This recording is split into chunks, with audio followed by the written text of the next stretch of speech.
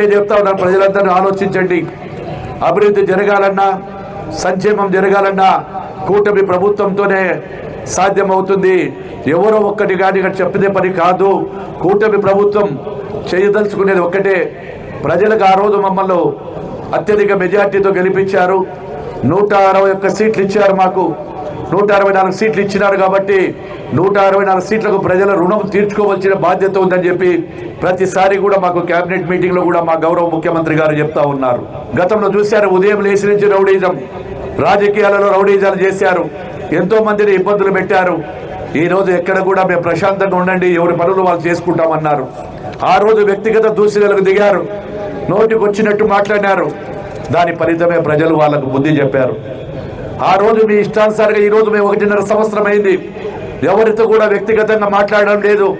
ఎవరైనా తప్పు చేస్తే, ఏ పార్టీకి సంబంధించిన వాళ్ళైనా సరే, తప్పు చేసినోడు కానీ అమాయకుల జోలికి పోతే కానీ వదిలిపెట్టేది లేదని చెప్పి మా గౌరవ ముఖ్యమంత్రి గారు చెప్తా ఉన్నారు. అదేవిధంగా తప్పు చేసిన వారికి శిక్ష తప్పదు. గత ప్రభుత్వంలో ఎవరైతే వేటాడి అమాయకుల మీదికి పోయి ఎవరి జోలికి వెళ్ళారో వాళ్ళకైతే శిక్ష తప్పదని కూడా చెప్తా ఉన్నారు.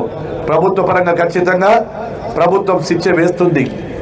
ఇప్పటికైనా ఎవరమైనా కానీ మనం అభివృద్ధి బాటలు కలుగుదాం, అన్నీ కలిసి